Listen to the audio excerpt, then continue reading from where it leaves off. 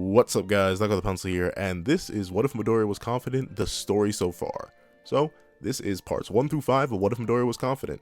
It is an ancient series on my channel that I did a while back that sort of got discontinued for a little while because I wanted to bulk up and write a lot of the series ahead of time now that I have so much of the series to write for, and this is parts 1 through 5. This is a reminder, this is a more streamlined version of parts 1 through 5, so you don't have to go through the intros and outros and all that stuff like that, and everything is here so far. And I will be re-recording and re-editing and redoing everything in the new What If style once I'm done with the whole series itself. So this is a temporary, this is why it's called the story so far. The full story will be later down the line in the far future, because I know this series is going to take a while because I know how many parts I've written already. But regardless, please enjoy. This is parts 1 through 5. Hope you enjoy it. If you've never seen it before, even better. Then you just have an hour chock full of content to enjoy. But regardless, hope you guys enjoy, and this is That Guy with the Pencil, out. However, before we begin, I ask that you leave a like, you leave a comment, and please subscribe. Alright, now I'm really out. Take it away, past me. Yo, what's up guys, That Guy with the Pencil here, and I'm gonna let you in on a little secret. I don't really like Midoriya. Or, I do, I just don't like where he began, and him pretty much all the way through the final exam arc. Now, I'm pretty much indifferent to him. He definitely does not rank in my top main characters or even my top characters at all, and I think I know why. All of my favorite main characters, or any character in general, have some level of confidence, even if it's not super high. So I'm going to make one primary change to Midoriya in this timeline: his confidence.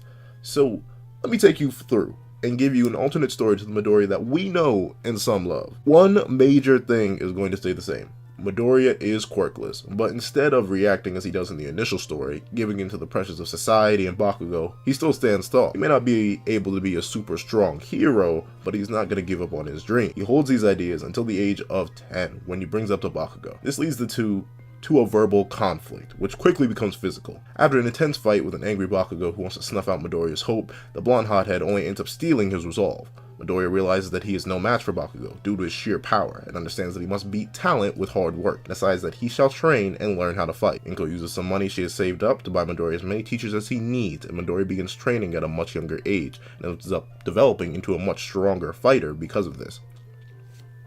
He becomes a martial arts warrior along with a brilliant tactician that he was supposed to be in the original story.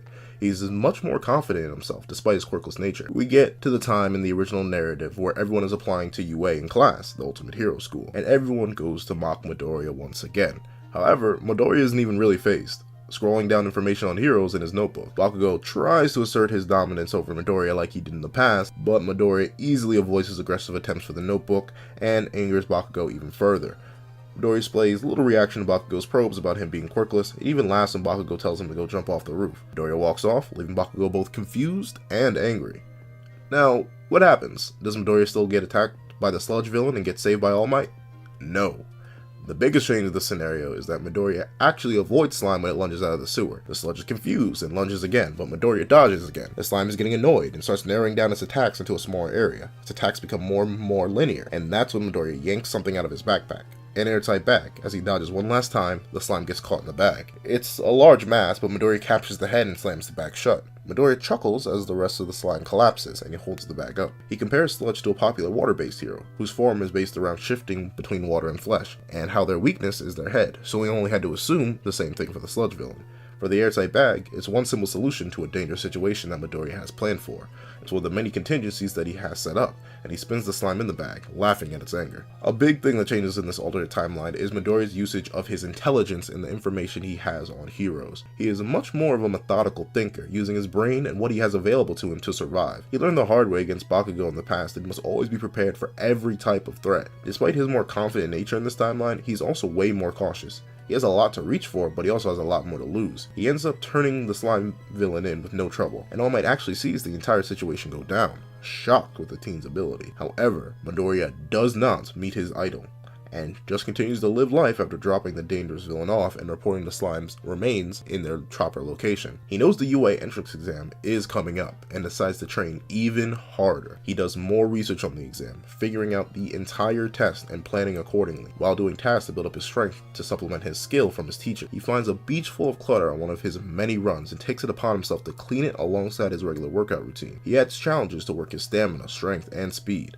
Midoriya is already in better shape than he was when he initially finished All Might's training in the original, so the beach cleaning only makes him even stronger. Once again, All Might is simply observing the young man, who knows he's being watched. However, each time he goes to investigate, All Might manages to run off, and All Might stops coming after some time to avoid Midoriya, who he considers a potential one-for-all candidate. The day of the entrance exam comes up, and he unsurprisingly sees Bakugo there. The two lock eyes, but neither say a word. Bakugo realizes that Midoriya is beyond his verbal abuse, and Midoriya was already above such a practice already, so their interaction is brief, but full of tension. Midoriya doesn't trip this time either, but he still runs into the gravity girl Uraraka, who ends up tripping instead. However, he is caught off guard when she crashes into him mid-fall, and the two end up floating. Uraraka apologizes, and both get a bit flustered, but Midoriya takes it in stride and walks on in. The robots get explained again, but Midoriya already knows all of this information, and has already devised a solid plan. Ida has his little moment, calling out Midoriya for mumbling about President Mike, but Midoriya earns his respect by simply apologizing for his actions rather than cowering back in fear. Midoriya gets to the starting area, and instantly charges, to the confusion of the other potential students.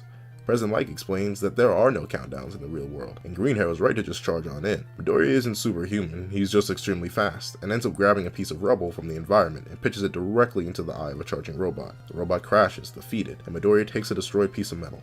He treats it like a staff, trips up another robot, and takes to the piece of metal as his primary weapon, running around and using his simple skill and knowledge of the robots to defeat them quickly and cleanly, minimizing damage. He also focuses on other people, saving a guy with a laser belt, as well as a villain robot charges in to take him out with a quick tackle, and impaling the robot. He also saves Ida by yanking him out of the way of a robot's path when the speedster trips. Similar situations happen all throughout the exam, Midoriya both destroying villains and saving people, naturally, not even really thinking about it. However, he is quickly reaching his limits as a regular human, when the zero pointer charges on out. Midoriya, since he has no quirk in this timeline, is scared just like everyone else, but then he notices Uraraka. Pushing past his internal fear and running massive calculations in his head, he takes not a moment to rush back to Uraraka and lifts the stone with his metal pole as a lever, just enough to allow Uraraka to wriggle free. They run as the exam ends. As she goes to thank him, he passes out due to overexertion. The teachers discuss, going over the results that actually shocked them. Not only did two from the same middle school top off the exam, but they did it in two entirely different ways, and one of them had the nerve to even be quirkless. Midoriya has more rescue points than villain points, but both are just high enough that he ties Bakugo in combination. They are extremely impressed, especially at Midoriya's ingenuity and apparent natural hero, especially a certain blonde superhero who's amazed to see that same kid from all that time ago do so well, especially quirkless like All Might was all those years ago. Midoriya wakes up with Recovery Girl, shocked to find himself in the infirmary for some reason. The older woman is glad he is awake and admits that he is fine all around, just tired through overexertion. He finds Uraraka, who did actually have some broken bones from being crushed by that rubble. He gets up and checks on her, running a few tests, but she reveals that she's just fine now, only super tired. We get a rundown on Recovery Girl's quirk like in the original timeline, but just to show even more about Midoriya's knowledge, he already knows about it. He's glad that Uraraka is okay, and thanks Recovery Girl for her help before leaving. He sees All Might leaping from the building, about to go do some hero work, and he grins. He sees his icon, and his goal. Time passes again, and the UA acceptances come. Midoriya gets in the class 1A as normal, and he cheers out. He makes it to the first day, and ends up seeing Bakugo. Bakugo is livid, and this time actively charges Midoriya, grabbing him and threatening to blow him up for daring to make it into UA. Midoriya, however, is unfazed, knowing that Bakugo wouldn't go through with it, and he is ready to fight Bakugo right there and right now. As the two are about to conflict, Ida interferes, and Bakugo yells at him, leading those two to conflict. And Midoriya takes a seat, ignoring the two after that, and calming down. He pulls out a notebook and begins to study the other students. An interesting mix, a lot of regular humanoids with some mutants. He begins to theorize when that girl he saved from before comes in. She spotted him and the two interact, still with some of their initial nervous tension. However, with a few quick jokes from Midoriya, the tension quickly dissipates, and Aizawa comes in. Midoriya instantly recognizes him as a Racerhead, an underground hero but still extremely potent in battle thanks to his native ability. A lot of the same, and they go outside. Aizawa explains the challenge, how everyone will be tested with 8 different tests, and the lowest scoring person is expelled. Midoriya realizes the challenge, but rather than freak out, he mumbles to himself after hearing all the tests, finding loopholes and tricks, and calculating the chances of him not getting eliminated. A lot of people stare at him for this, but Midoriya has realized one important thing from simply observing them all earlier.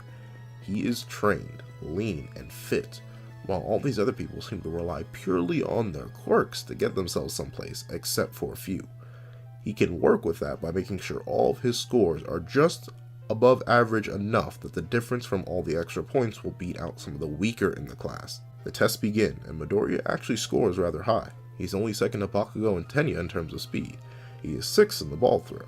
He's actually the most flexible due to his rather ludicrous stamina thanks to all his training. And he places second in any events that do pertain to stamina. While Uraraka and Bakugo easily take the ball toss in terms of raw power, Midoriya prepares his throw carefully, and rather than throw purely for height, he launches it at a specific angle to get maximum distance. Midoriya actually takes 4th all around, scoring 5th overall, outdoing many of the other students. He feels bad for the person who truly got last, being Mineta, but he knows one thing. He can't give up on his goals so quickly. Then, Aizawa reveals the logical ruse, and as everyone cheers and starts freaking out, Midoriya walks up to Aizawa and thanks him, and admits that he was a little suspicious from the start. Aizawa chuckles and gives a nod. Then, he asks a very important question. "Are you really quirkless?" Midoriya laughs, albeit it's a bit humorless. "Yes, sir. Yes, I am." Aizawa goes quiet, but then gives one of his trademark grins. "I have someone I want you to meet."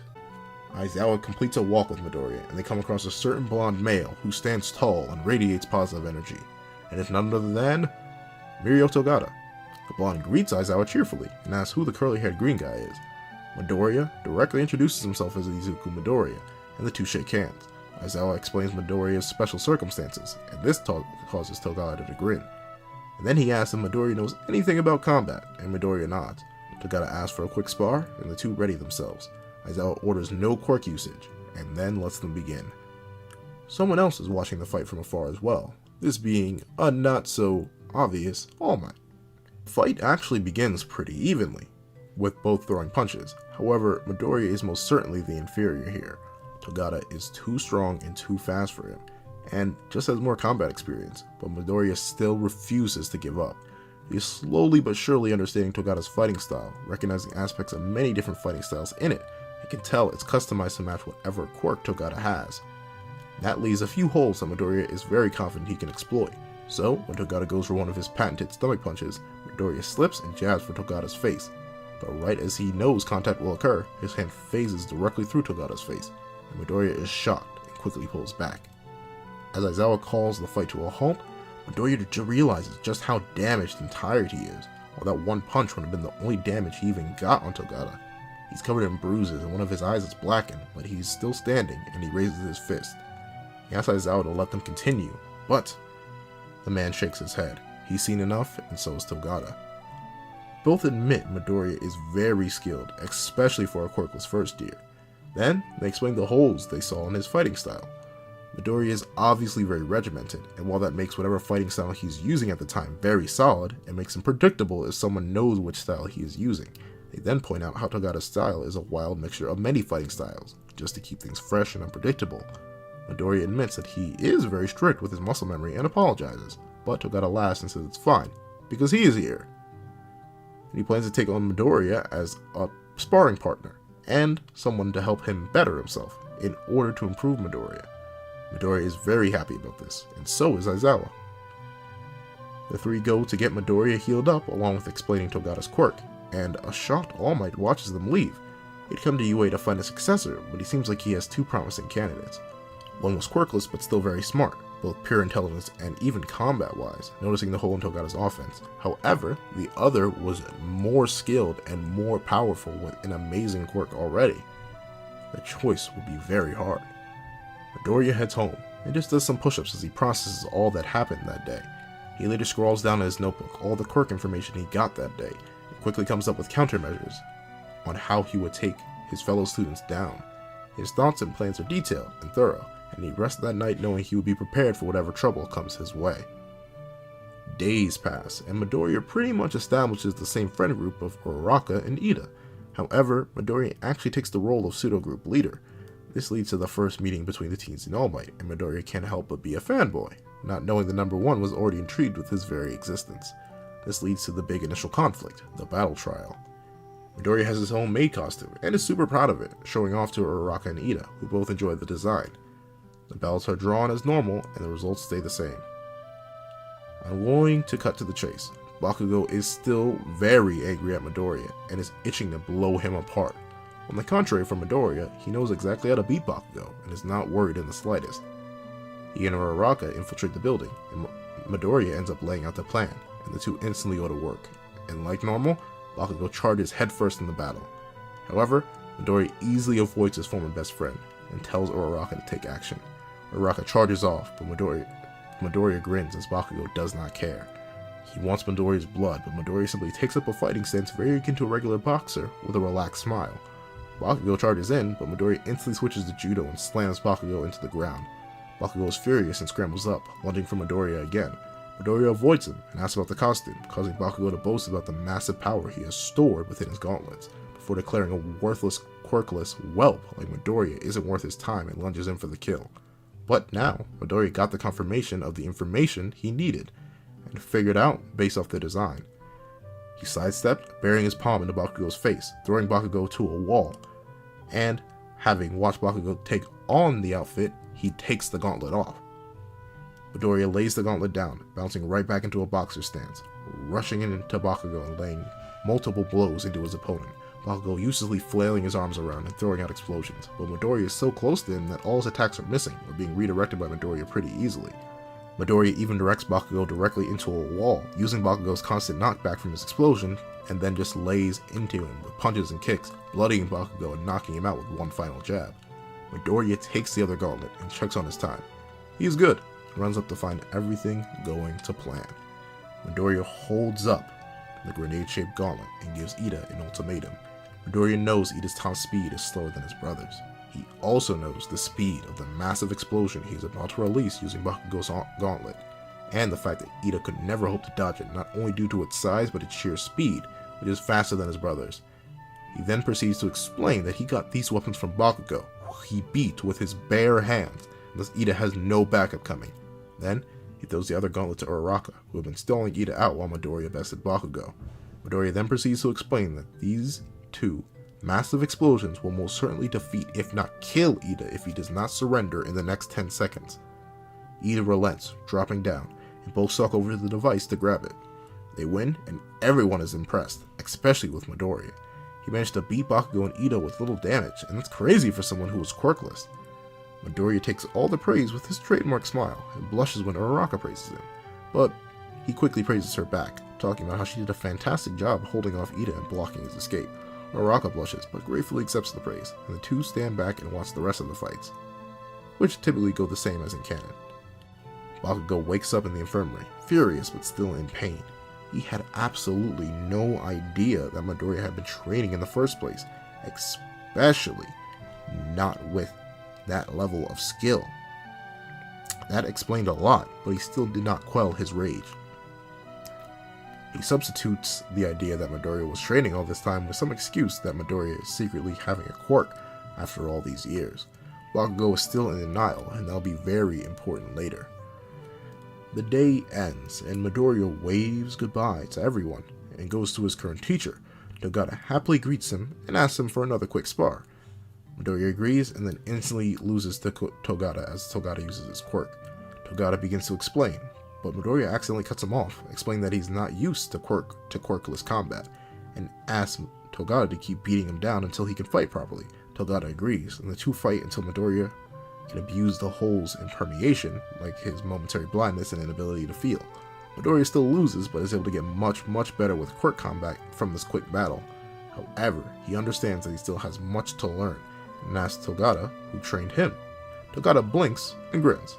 He'll tell Midoriya soon, but not right now. He's not ready to meet the Sir. The event with class elections go down, but instead of Midoriya cowering away from being the class representative, he takes the position with pride and takes Ida's place on a guy that suits properly. It's good leadership practice for him, and he promises to lead the class as well as he can.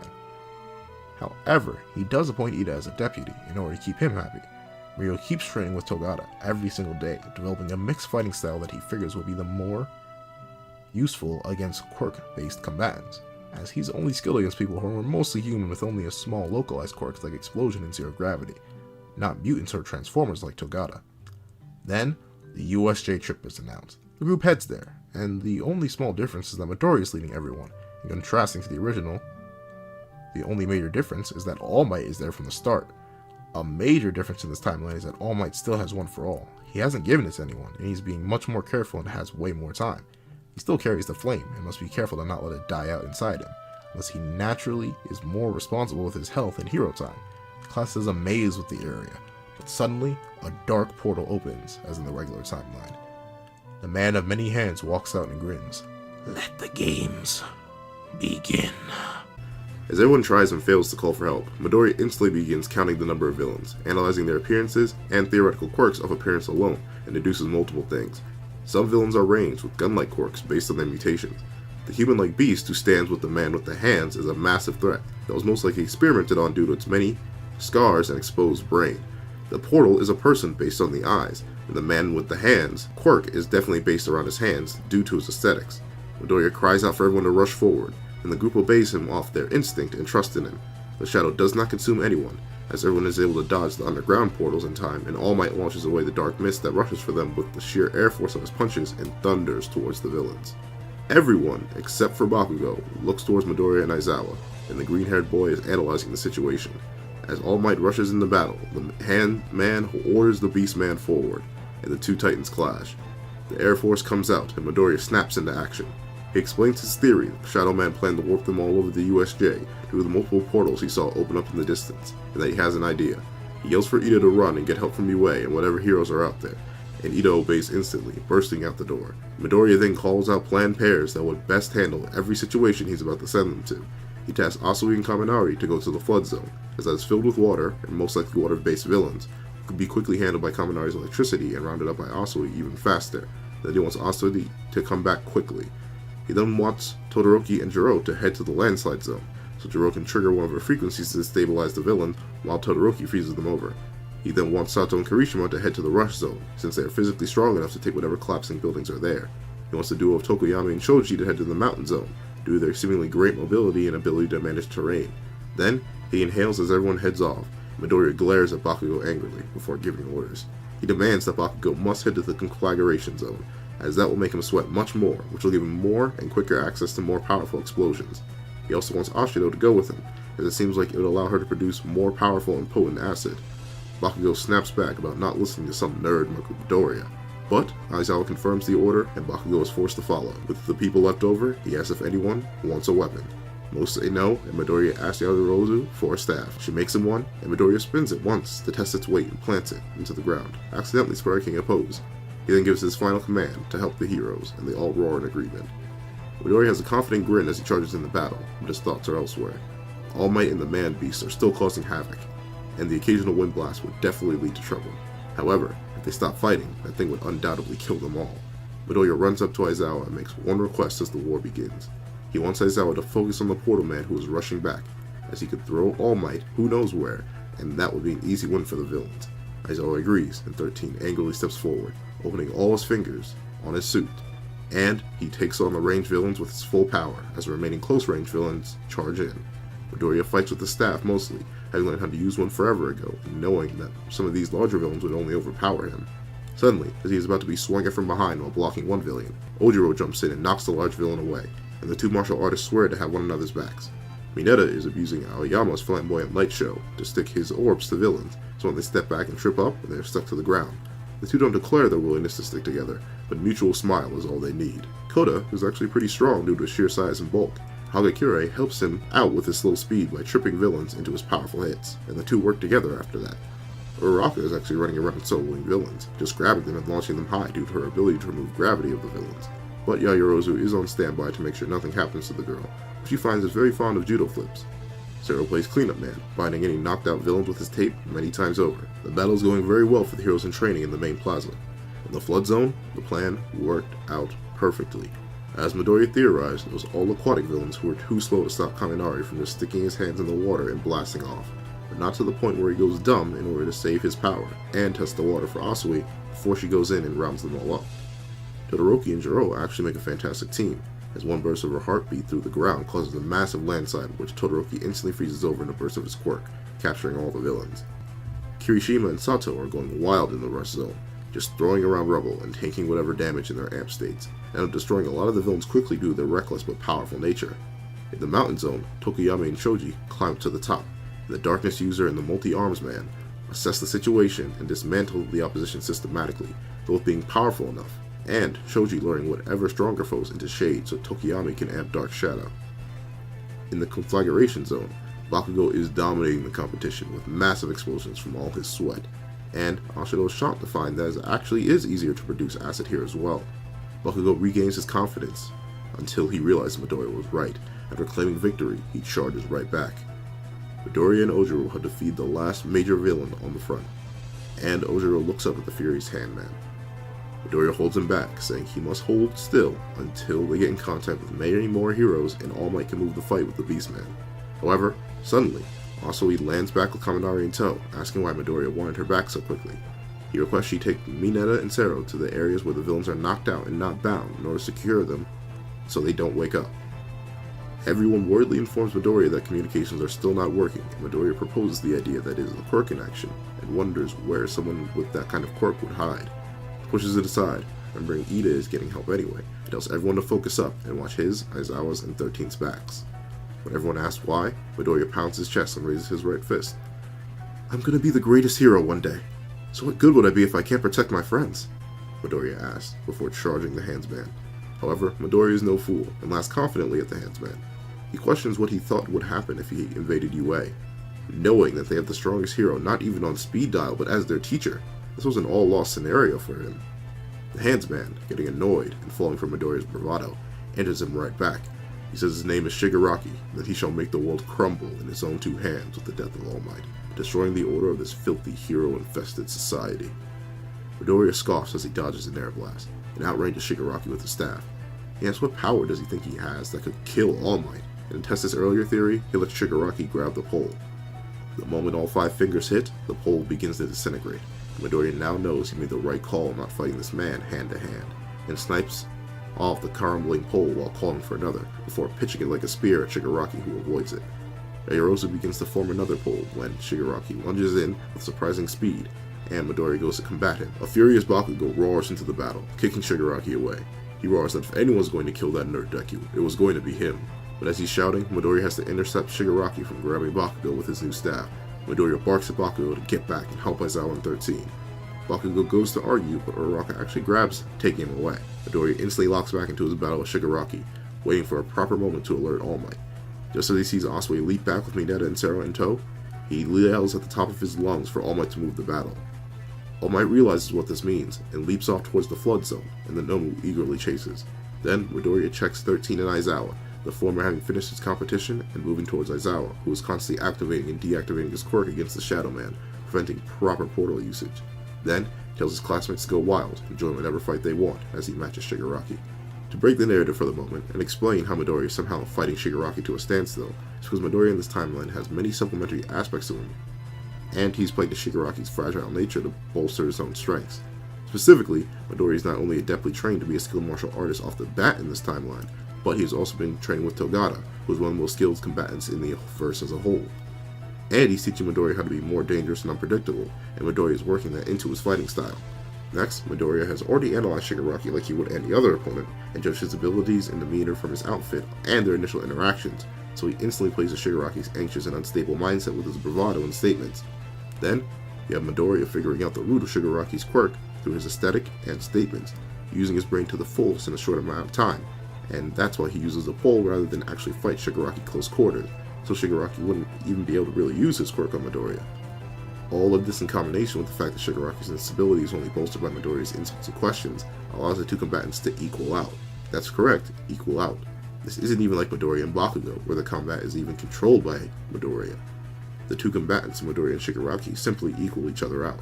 If this was Shigaraki after his own training session, he would have a much better chance, if not dominate, but this isn't that Shigaraki. This Shigaraki just has a quirk and a bit more speed, while Midoriya has the skill advantage and the range with his staff. Shigaraki calls on Midoriya for being quirkless, based on the fact that despite their constant combat, Midoriya hasn't exhibited one. Midoriya admits to this with a grin, and asks Shigaraki why he hasn't beaten some quirkless kid yet, angering Shigaraki. The two are at an impasse, and the reason Midoriya waited till his other classmates' help was because he knew one misstep with a gust of air could lead to the death of any of them by Shigaraki's hands. While he was fine with his own death, he could not let any of them die. He keeps this fact to himself though, and he quickly calls out a hypothetical explanation to Shigaraki's quirk as people choose to hop in. All the ranged attackers hop in for the Shigaraki fight, and all the close combat people lunge in for the Shadow Man fight. Aizawa is shocked to find Bakugo roaring through, dispersing the mist violently, and he asks Aizawa if he discovered any weaknesses. Aizawa admits that he's been having a hard time, but he knows when he looks in the general vicinity of the eyes, he can occasionally shut down the portals. This leads to Yaoyorozu hypothesizing that there is a true body, that they must destroy most of the constantly spawning dark mist in order to get to it. Everyone understands. Aizawa focuses on the general vicinity of the yellow eye with rapt focus in order to make sure none of his students are teleported away. Bakugo once again just detonates, still overheating from the conflagration zone, while Sato begins spinning Kirishima around to create a strong wind current, and Asoi is constantly jumping high and stomping on the general area of the eyes. Koda and Hagakure are just flailing about, and the shadows getting worried when one stomp from Asoi gets a little too close. However, Juro can hear something violently shift in the mist, and she directs everyone with a sharp jab in the proper direction. Bakugo lunges as Asoi stomps, and Sato directs his hardened fan, and the neck piece is revealed for Bakugo to snag, and he slams it into the earth with a massive explosion. And Aizawa locks his gaze as 13 stands by, ready to absorb whatever leaked mist when Aizawa needs to blink. Aizawa has his back to the fight and is unable to look away, and asks how Midoriya's team is doing. Juro looks and goes to join, but is shocked. A combination of chaos is ensuing, with Midoriya at its center, working with Todoroki, Ashido, and Uraraka, with his pole mostly disintegrated again. However, he's mostly fine, as Ashido is trolling down acid while floating above the battle. Yaoyorozu is already making another staff. Kaminari has a pole that's coursing with electricity, while Todoroki has created a wintered wonderland with a spire of ice to lock in Shigaraki, who is bleeding and bruising from cuts and is covered in acidic burns. Midoriya is also a little bit damaged, with a few recklessly gained acid burns from Ashido, and he is a little chilly, but his stamina is holding up. Togata is a much tougher opponent than this Shigaraki, and now he even has backup. While Shigaraki is strong, he's not strong enough to handle such a setup. Shigaraki realizes the dire situation he is in. As he barely avoids the pitch-damaged pole, he roars out for the beastman he calls Nomu to get the Shadow Man, who he calls Kurogiri. Midoriya yells at everyone to get down and away. Bakugo is barely saved by All Might, and Nomu lunges for Shigaraki, saving him from danger. But Midoriya in an instant sees everything he needs to see. The Nomu's arm is broken, and All Might seems to have shrunk down for half an instant before bulking back up. Their quirks were cancelled because they moved in the line of Aizawa's gaze. Midoriya then realizes that means one of two things. One, All Might and the Nomu can be shut down. Two, it could mean that All Might is actually more powerful than the Nomu. It's just that the Nomu's quirks that are what keeping it going on in the battle. He needs to figure out those to save All Might trouble. So Midoriya hunkers down deep into his Aryan persona, spinning his new pole only for show. Come on, Shigaraki, you're so weak that you can't help but hide behind your beefy bodyguard while against a whole bunch of kids? I bet all he is a quirk-fueled doll with no real power of his own. Midoriya's words dig into Shigaraki like knives. He begins to itch. The Nomu is perfect. With shock absorption and super regeneration and his speed, he's unstoppable, quirk or no quirk. Midoriya grins and yells to Aizawa and All Might to come join him, and did not worry about Kurogiri, as Bakugo has already heavily damaged him with his explosive grab. Aizawa goes to Midoriya, whose mind is working at 10 miles a minute, as he quietly relays his plan to both. Both heroes grin and tell the class to stay back. All Might lunges in at full speed, and so does the Nomu, but All Might ducks the blow, punching the air to blow back Shigaraki and Kurogiri as he blows back the class, except for Aizawa and Midoriya, who planted themselves with Midoriya's pole. All Might then instantly turns around, out of Aizawa's sight range as the pro activates his quirk, and as the Nomu swings. All Might swings straight through the punch, shattering the Nomu's arm and blowing it off, pushing the Nomu back and then shattering the other arm. And with a declarative roar of plus ultra, just as Aizawa goes to close his eyes, All Might drives his fist through the Nomu's torso, hard enough to destroy all its innards, but not hard enough to blow it apart, sending the Nomu flying as he nearly reverts due to Aizawa's quirk being mid-shutdown, but he's able to hold his muscular form. The class with A cheers out, and Midoriya roars out in triumph, driving his fist into the air with a big grin as tears stream down his face. Victory was theirs. Then, out of a portal to the right of Midoriya comes Shigaraki's hand. Midoriya is about to be grabbed when the bullet whizzes through the air, blowing through Shigaraki's palm. Midoriya is shocked, but then cheers once again as Shigaraki retreats through the portal. Ida Tenya, Deputy of Class 1A reporting for duty! The class deputy roars out, and all the heroes of UA are backing him up. Shigaraki realizes his plan went entirely wrong. He was matched by some quirkless guy in a fight. All his fellow villains were captured, and he lost to Nomu, who at current was his best chance at beating All Might. And now the heroes were here, along with an angry All Might, all the students, and that one green-haired boy was still alive.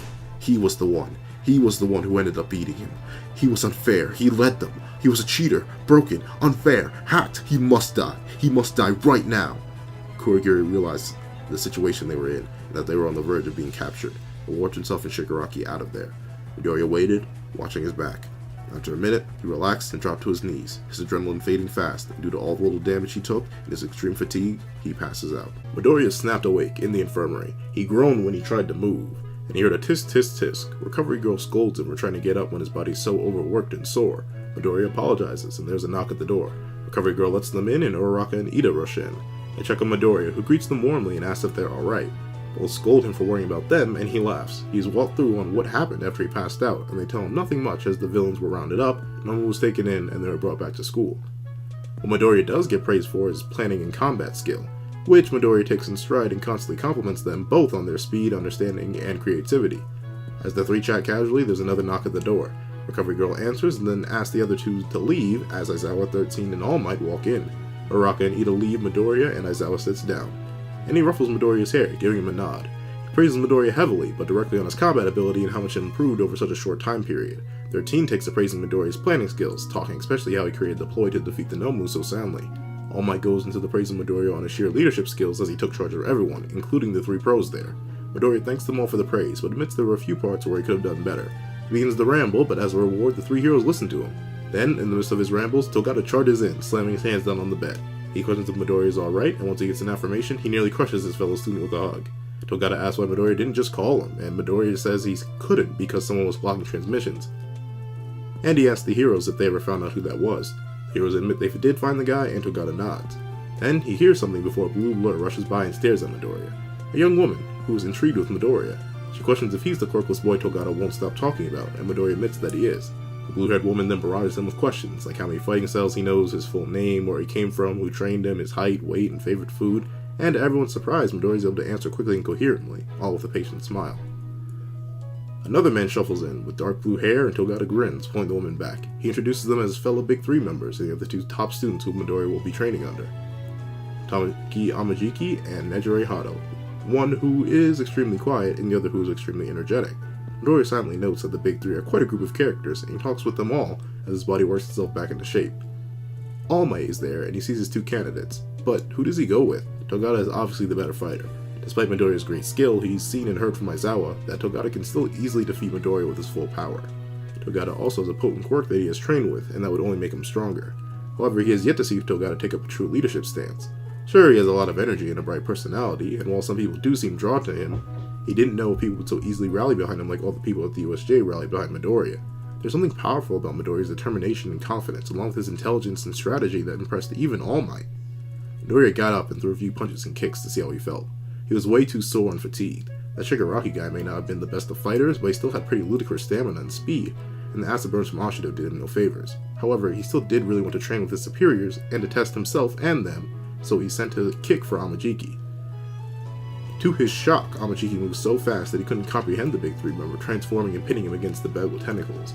That was crazy, but crazy was to be expected with the Big Three, he supposed. He couldn't really comprehend a max speed Togata either. However, Amajiki is still surprised by Midoriya's bravery and gusto. Midoriya gets up and thanks them for agreeing to train with him. And then, Aizawa asks what he's going to do to train for the sports festival. Midoriya goes silent and asks if he can get an open board for him and Aizawa to discuss. Aizawa helped them get to the board as everyone left, and Midoriya dropped his plans to beat everyone in Class 1A, even Todoroki and Bakugo if they're trying to outrange him. Aizawa is shocked by the detail, and knows that Midoriya has planned this out for a really long time. Then Aizawa created a training regimen specifically for Midoriya, and Midoriya grins. He does have a chance. The training first begins against Hado, who is the Todoroki and Bakugo substitute, except she is way stronger. Midoriya is shocked by the raw power and is unable to dodge Hado. She helps him up, and he tries again. After multiple tries across multiple days, Midoriya has finally begun to understand the arcing waves of energy. He quickly compares them to Todoroki's ice and realizes that they are comparable in speed, and begins to weave through and react to the random patterns, and he lunges through the many varying waves and finally manages to tag Hado. However, he specifically goes for the left side, as he knows to abuse Todoroki's reluctance to use it.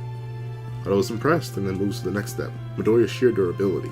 Midoriya gets blasted, and he learns to just take it and get stronger from fighting her again and again and again.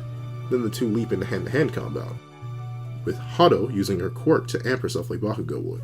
Midoriya is continuously getting annihilated, but he always gets back up with that determined grin of his as he develops. He never manages to beat her, but she tells him he's doing better and better. Then his training with Amajiki begins, and he realizes how unprepared he was to fight a true mutant-like transformer. He's dominated by the simply moving wall of tentacles, unable to get even close to the main body the way Amajiki moves.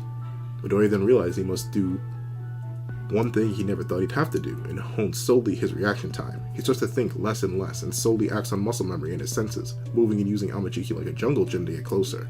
Midoriya is silent with determination, weaving through each strike best he could with his flexibility and movement. However, it still takes him a lot of time to even react to and develop enough to fight this suppressed Amajiki. However, after another week, he manages to tag the main body. Then, they fight in close combat, and Midoriya is getting annihilated. He isn't exactly sure how he would deal with that without just getting better at fighting. So, he just keeps getting beaten down, and keeps getting up, and Amajiki repeats Hato's words about Midoriya doing better, and actually gets comfortable around Midoriya, a feat in of itself. The 2 weeks of training go well for Midoriya, and he's currently resting and meditating outside the middle of the UA training field. He is reflecting on his fight with Shigaraki in the USJ, and the numerous details he picked up on. The Nomu was a tool, not a person with multiple quirks. That was unnatural. Every person was born with one quirk, and there were no studies that suggested what would happen if another quirk was forcefully implanted. The Shigaraki guy really wanted to kill All Might, but he obviously was not working alone. He was too wild, uncoordinated, done all that villain gathering work himself. There was also no way he was actually smart enough to create the Nomu, or had a special ability to. There are too many holes in that entire situation unless there was a ringleader that didn't show their face. As Midoriya began to run through possible villains that could have been the cause of the attack, he felt a chill run down his spine. He blocks Togata with an arm, and Togata praises him. He claims he's ready, or at least as far as he can go right now. Any more training and Midoriya would be too tired for the festival. And Togata thinks, but does not vocalize the fact that Midoriya may be quickly approaching plateauing as a fighter. Midoriya thanks him for all the help, and Togata explains that he enjoyed training with Midoriya. He was shocked and impressed that a quirkless boy could get so far with just hard work. Midoriya thanks him for that, and to his shock, Ida runs up to challenge Midoriya. Midoriya declines, citing the idea of too much training, which disappoints both Ida and the approaching Uraraka. They have been training too and wanted to test themselves against Midoriya. However, Midoriya offers that they all just rest and meditate, and that is where we leave our friends for now. However, the time passes and the sports festival is here. We get to the part where the big race is about to start up, and we get to the part where the speeches actually come up. However, to the shock of everyone, there are two separate speeches. Bakugo gives a very similar speech to in canon. It's just that his speech has a bit more edge towards the other speech giver, Midoriya. Midoriya takes the mic with a trademark grin and rouses everyone up with a powerful speech about their individuality, their strengths, and wishes them all a good chance in the festival. He balances out the chaotic energy created by Bakugo, and he gets ready for the race. When the starting gun goes off, Midoriya jumps, and just as predicted, Todoroki instantly throws everyone to the ground. And as Midoriya lands, he chases down the running powerhouse. Everyone else frees themselves after a time, but Kirishima, Tetsu, Bakugo, and Yaoyorozu do it quickly. Midoriya is fine with this, and waves as he passes Todoroki and continues sprinting hard. He had trained his stamina so high with endurance specifically for moments like this, and Todoroki went to freeze him when Bakugo threw an explosive hand at him, distracting the Ice Titan from the quick green-haired boy. They come across the entrance exam robots, but to the audience's shock, Midoriya just casually dodges and weaves through their lines and attacks. He's unfazed by them, as all his combat speed training has turned even the faster bots into snails for him. 3 people are specifically cheering Midoriya on, though one is doing it under their breath. Todoroki spikes up an ice wall to throw Bakugo off of him, and focuses on Midoriya, who is taking his time to drastically widen their gap. Midoriya has even managed to completely evade and outmaneuver the mighty zero-pointers. Todoroki took it down quickly, and then Bakugo came in once again to throw Todoroki off. Todoroki gets enraged, but can't do anything about Midoriya, who is casually about to cross the chasm. He's pretty relaxed, pacing himself as he gets to the final section. Todoroki and Bakugo are brawling, tearing into one another and causing more havoc for racers behind them. And Midoriya actually pretty easily makes it past the minefield as the buried mines are unsubtle, and he gets first casually.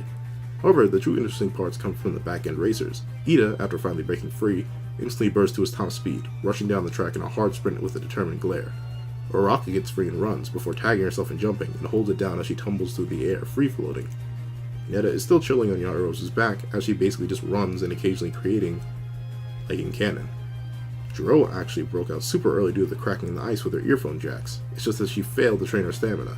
Also, he's actually a bit sluggish from the start due to the cold, but after she heats up a bit, gains her stride, she's actually doing super well. Tokiyami is roared free of the ice and lunges forward. The strong man in Choji breaks free, but is still rather slow.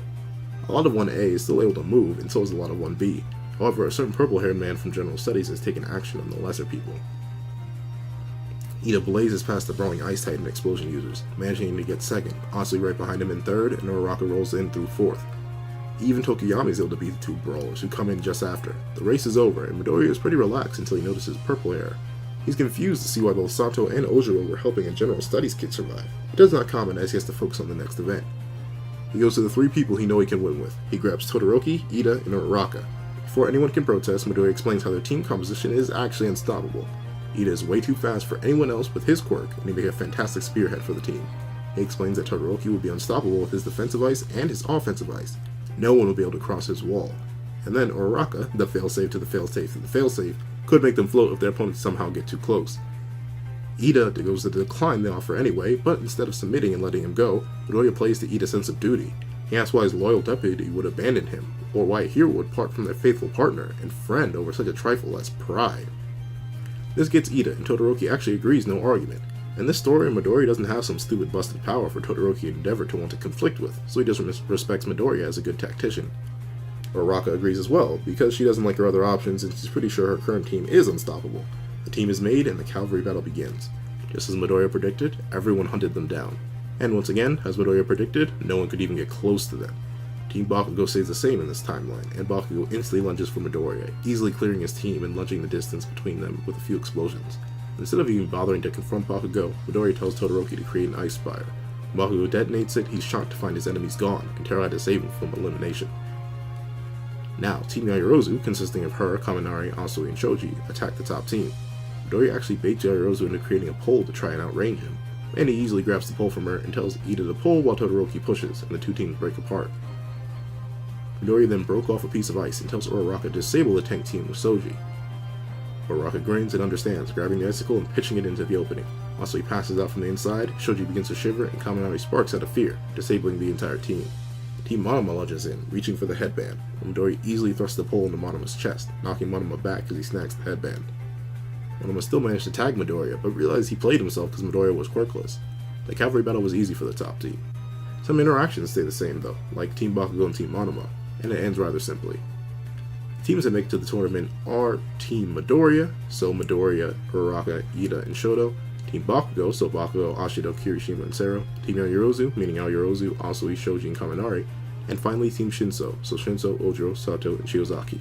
Yeah, so it's just a bit different. Midoriya praises his team, and looks at Todoroki and asks to talk with him. Todoroki is confused, but decides he's fine with it. Then, Midoriya drops the bombshell. He asks where Todoroki got the scar from, and why he's only using half of his true power. Todoroki goes cold, but out of respect for Midoriya in this timeline, explains everything, from his siblings to Endeavor's goal to his tortured childhood and a psychologically damaged mother. Midoriya processes all the information and then asks Todoroki a question. Why hero work? Todoroki is confused and asks Midoriya what he means. Midoriya asks if Todoroki truly wanted to spite his father, why be a hero? Why not be something mundane or simple, like an accountant? Todoroki argues back with the fact that he's going to prove his father wrong by only using his mother's power. And Midoriya quirks an eyebrow. Then he asks Todoroki a simple question. What's his name? Todoroki, confused and a bit annoyed, answers, I'm Todoroki Shoto. Midoriya grins and nods. Right, so you want your mom or your dad. You're Todoroki Shoto. That means it's your quirk, your power, not your mom or your dad's either. It's all your power. Todoroki seems to break for a moment, and before the conversation can continue, they're called to the first round. However, some things have changed due to alterations in this timeline. Midoriya and Ojiro have an actual bond in this timeline, and Ojiro runs up to Midoriya. He quickly explains the whole Shinso situation, and decides to ask Midoriya, his fellow martial artist, if he should resign because he didn't get there because of his own power. Midoriya gets angry at Shinso, but then grabs Ojiro by the shoulders. He explains that Ojiro did get here because of his own power, because if he wasn't strong enough or fast enough, he would have failed. His body held up when his mind didn't, and now it's time to show the world the unstoppable combination. Ojiro grins and laughs, calling Midoriya a fantastic morale booster, and agrees to stay in the tournament. The two fist bump, and now Midoriya is angry. He knows how Shinso's quirk works, just like in the original timeline. However, now the bracket is actually wildly different due to different team orientations and chants. It starts off with Kaminari vs Shinso, then Midoriya vs Yaoyorozu, then Ojiro vs Shoji, then Shinozaki vs Asui, then Ashido vs Kirishima, Todoroki vs Sato, Sero vs Uraraka, and finally Ida vs Bakugo. Now, let us begin. Kaminari vs Shinso is a strange match. Kaminari still cannot aim his electricity, and he doesn't want to just fire off full blast because he may kill Shinso. Shinso, however, just calls Kaminari's name, and Kaminari, in all his genius and ignorance, calls what right on back. He loses all control of his body, and Shinso walks right on by him, whispering for him to run off stage in an attempt to hide his quirk. Kaminari instantly obeys and sprints full speed into a faceplant right off stage, winning Shinso the match. Shinso walks off with a grin, but Midoriya fully understands his quirk now. Midoriya vs Yaoyorozu is up next, and Yaoyorozu glares down the smiling Midoriya. She can't tell if it's an arrogant smile or a sincere one, but Midoriya just gets ready to fight, bouncing back and forth like a boxer. Yaoyorozu doesn't hold back, creating a shield and spear, and the crowd is in awe, while Midoriya isn't even really phased. He lunges in, and Yaoyorozu stabs for him, but with all his training, she's moving in slow motion, and he avoids her and socks her in the jaw, grabbing her spear. Midoriya wastes no time in bashing her over the head with the spear, dazing her fully before tripping her up. He grabs her ankle and takes her to the edge of the ring, dropping her off. He apologizes to her, but pounds his chest and raises his right fist. First match is done.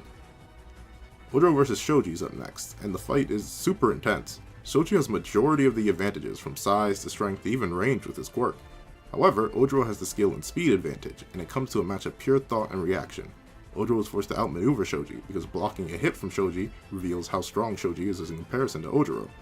The two force it through a battle of attrition, but Ojiro is slowly but surely able to dismantle Shoji.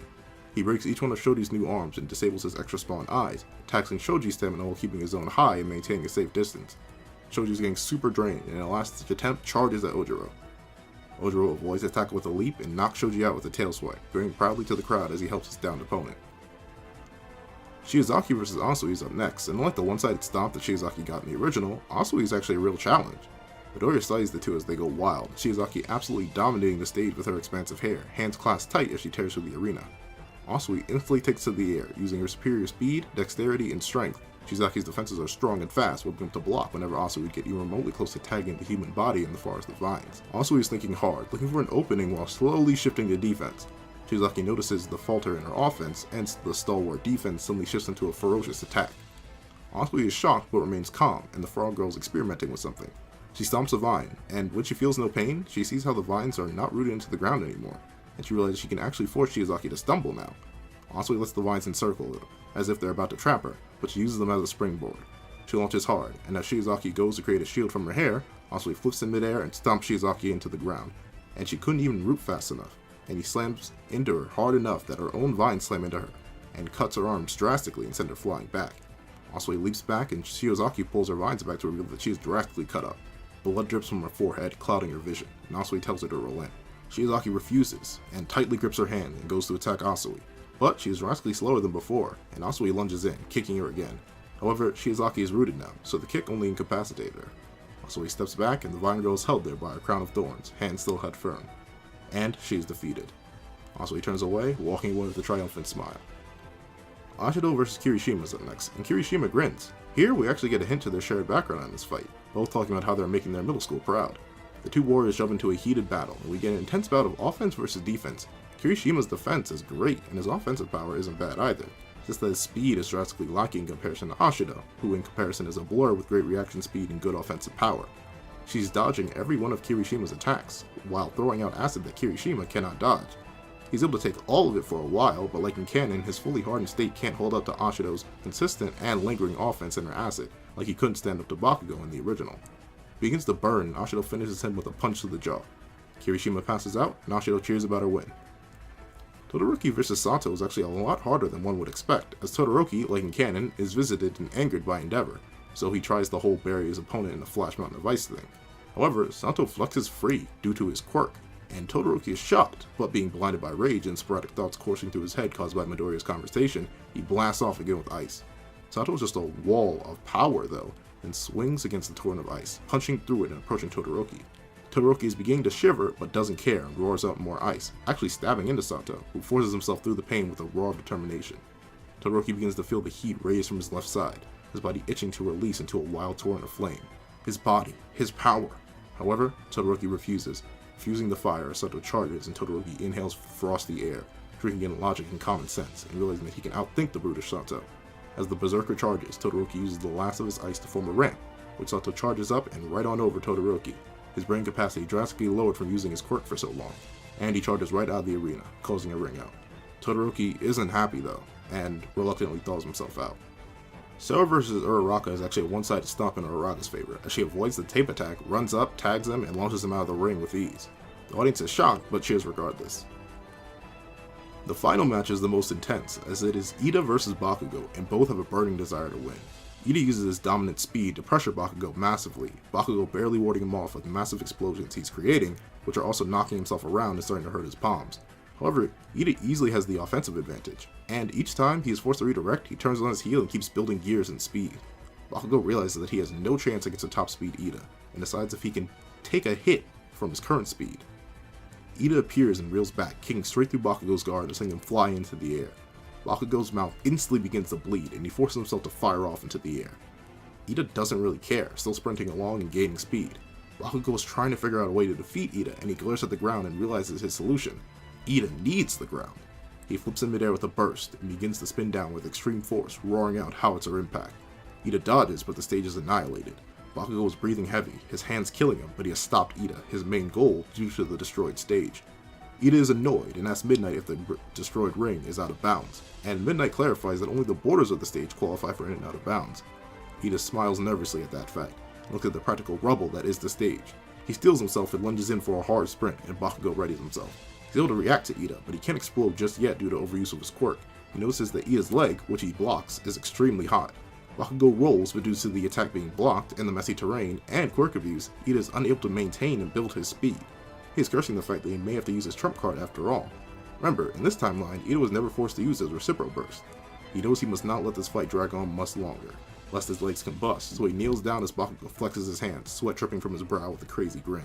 Ida's legs burst with a blue nitrous flame as he roars out, "Recipro Burst!" Bakugo instantly slams his hands down to the ground and he fires into the air, and Ida misses just barely, but due to his lack of firm ground to stop on and his extreme speed that he's not used to, he rushes out of bounds. Bakugo lands hard, but inbounds, and wins. Ida is stalled and overheated, but to his shock, Bakugo walks over and extends a hand to Ida, and the two walk off. Midoriya vs Shinso is next, and Midoriya still has a smile, but beneath the surface he's boiling with rage, knowing how his friends were used and abused by this guy. And unlike in the original timeline, Midoriya is actually smart and keeps his mouth sealed shut. Also, Shinso really has nothing to poke at with Midoriya in this timeline. Midoriya has no quirk, no drastic power that everyone loves. He's just an outcast of society, like Shinso, except unlike Shinso, Midoriya was always powerless.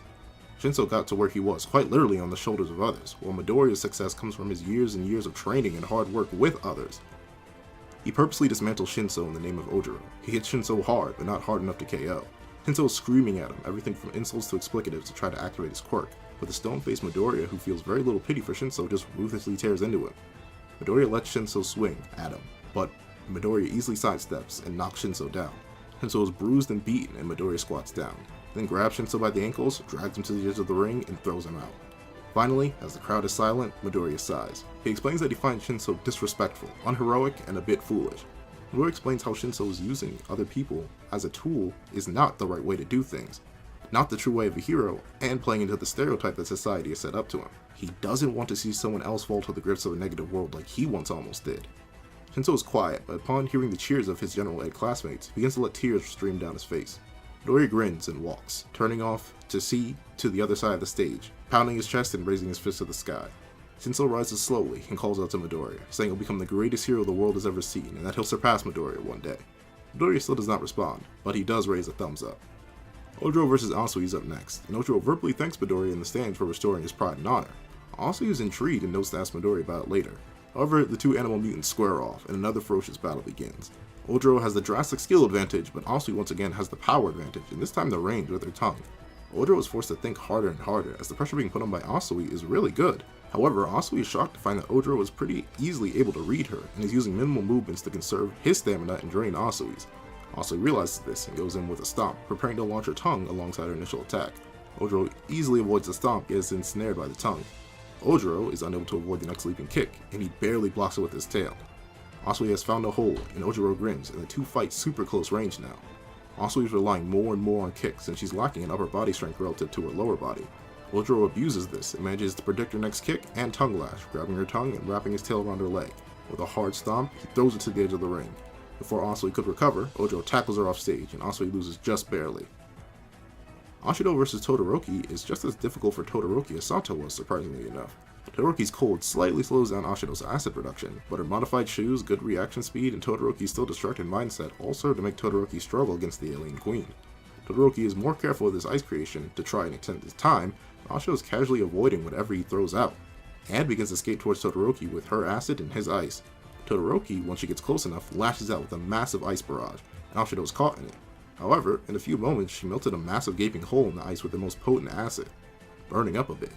Todoroki is shocked and is starting to freeze up himself, but does not stop, trying to follow his goal and ignore Midoriya's words. However, as Ashido uses the ice to cool down a bit and keep pressuring Todoroki, Todoroki's raging spirit starts to stir up his flames, and Ashido skates aggressively towards him. Todoroki winces as he feels himself begin to melt, and as Ashido reaches out with an acid hand, Todoroki quickly changes the ice path that Ashido is skating on right off stage, and Ashido can't stop as she's funneled right on out. However, Todoroki is still trembling in rage. Midoriya was right. Uraraka vs. Bakugo is next, and it goes similar to as in canon, but different. Uraraka allows Bakugo to destroy the stage, but instead of just floating them into the air to drop them on him, she grabs slabs of concrete of various sizes and activates her quirk on them, and lobs them at Bakugo. Bakugo destroys them, but gets a slab of concrete to the face because he clouds his vision just a moment too long. Bakugo reels back and is slammed by another piece of concrete, and another, until he blindly blasts out a massive explosion. Uraraka runs back and takes the new ammunition and launches it again. Bakugo, bloodied but finding himself grinning, lunges in, destroying more rubble with a constant stream of explosions. The smoke cloud is gigantic, but through it he can see a silhouette. He lunges in with an explosive palm and detonates a jacket. Uraraka leaps up from the ground, using the light of the explosion to guide her into a grab, and she made Bakugo weightless and launched him out of the arena. Bakugo freaks out and instantly fires off to stop himself, only to get a slab of concrete slammed directly into his stomach. He can't hesitate though, and quickly fires behind him, and Uraraka throws another slab as he zooms forward. As Bakugo goes to detonate it, he drops like a rock because Uraraka has suddenly deactivated her quirk on him, using the slab she threw as a cover. Bakugo is shocked, and as he drops, he lunges forward with more explosion, but is forced to swallow another slab of concrete. Bakugo is filled with a mix of bloodlust and excitement, blasting himself upwards into the air. As Uraraka launches her remaining ammunition, Bakugo lunges forward. Uraraka freaks, launching 2 more slabs, which instantly get destroyed, and she sprints to avoid the impact. Bakugo once again roars out Howitzer Impact! The explosion is massive and misses for the most part, but the raw force pushes Uraraka to the edge of the ring. Bakugo lunges out of the massive smoke cloud, places 2 explosive hands on Uraraka's stomach, and blasts her into the wall. Uraraka slams against the stadium wall, badly damaged but still alive and awake. Midnight calls an end to the match by ring out, but Bakugo is angry. He wants to finish the fight, true combat until one of them is down. Midnight tells him no, and he growls, about to go argue back as the heroes try to rag on him for wanting to beat down on a girl. Similar to in canon, Aizawa comes in to break the failures of the heroes as Bakugo's adrenaline begins to fade. The 2 combatants stumble toward one another. "Oi, round face, where'd you learn to fight like that?" Bakugo asks, helping her stand and hobble off. "Hugh," Uraraka admits, and the 2 stumble away. Once again, the stage is under repairs, so Midoriya goes and visits Bakugo. He wants to see Todoroki use his full power against Bakugo, as he knows Bakugo will be the only one strong enough to actually unleash Todoroki's flames. However, he can't just tell Bakugo to force Todoroki to evolve. He basically has to trick Bakugo, and he does. He plays to the fact that even if Bakugo beats the current Todoroki, he'll only be beating someone at half their full power, making it a fluke. This fires Bakugo up, even though he's still in pain from all his previous fights. He barks at Midoriya that he's going to beat Todoroki at full power, nothing less, and Midoriya shrugs it off and walks off, but before Bakugo can go kill him, Recovery Girl holds him back. The stage is repaired, and the 2 combatants go on up. Ojiro vs. Midoriya. The 2 grin at one another, and as Midnight's about to call for them to begin, Midoriya calls out, "Stretch break!"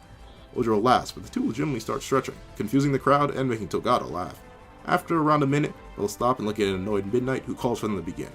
Midoriya waits for Ojiro to charge in, and the battle truly starts. Midoriya, much to Ojiro's shock, is actually way faster than him in combat speed.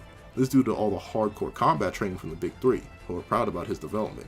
On top of the new combat speed gap, Midoriya's fighting style has developed massively. While Ojiro is much like Midoriya was when he first fought Togata, a very skilled basic combatant, a near master in all the styles he knows, Midoriya is now like Togata, mixing in and using multiple styles in seconds, holding the upper hand. He's wasting Ojiro's stamina while damaging him, and after a long intense battle, an elbow to the head knocks Ojiro out. Midoriya knows that if he hadn't gotten all that extra training, he definitely would have lost to Ojiro here. Regardless, he pounds his chest and raises his fist, getting a roaring cheer. Bakugo vs. Todoroki is up next, and Bakugo snarls at Todoroki. He demands that Todoroki uses fire, and Todoroki initially ignores him. He goes to freeze Bakugo, and to his absolute shock, Bakugo easily blows it up. Bakugo may be a bit tired from the necessary healing, but he, like in canon, is raring to fight a max power Todoroki. He's also slightly stronger than his canon self, as being beaten by Midoriya earlier has angered him even further and forced him to train harder, so Todoroki with ice is just a joke to him. He keeps calling Todoroki out on him holding back, not even really moving to stop Todoroki's assault, which is slowly disabling Todoroki. He then does something that makes Midoriya grin like crazy. "Come on, half and half! Use your power already!" Bakugo demands. Todoroki hears it again. His power, his power, his power!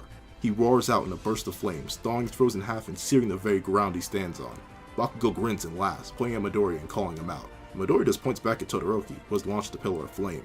Bakugo barely dodges and the real fight begins. It is extremely intense, but now it's evenly matched. Bakugo is able to react to the ice and fire raining down on him, avoiding most of it, using the increased heat to his advantage to create an even larger explosion with more sweat. Then Todoroki counters with increasingly massive ice flows and fire plumes.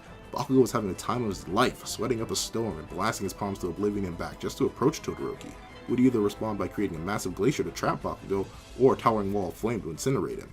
The audience is losing their minds at the intense battle between two titanic powers. However, as the fight rages on, their different experiences throughout the day begin to wear on them. Todoroki has only truly been pushed quirk-wise in all his fights, never actually taking massive damage head-on. Bakugo has not only been pushed quirk-wise, but he's needed to use Recovery Girl's healing to even continue to fight after his fight with Ida, who gave him multiple fractures, and especially Uraraka, who had given him a few broken ribs and a concussion. He was not only tired from healing, but his body was also beating back at his mind for so much quirk use and soreness. Bakugo is wearing down faster than he can wear down Todoroki, and Bakugo knows this, and a howitzer impact would be too risky, as he'd be full firing right into a plume of flame. Bakugo grits his teeth and concentrates, collecting a lot of sweat to his palms, and he opens his arms wide. Todoroki, realizing what's about to happen, grins almost maniacally as he spawns an ice tunnel. This would be their big finale. Todoroki rears back with his left arm, and thrusts forward with a final stream of flame, and a quiet, "Thank you." Bakugo finally claps his hands together, knowing the recoil would most likely send him flying, and he angles himself. Little did either know, the massive imbalance between cold and hot creates a tornado even more grand than the original.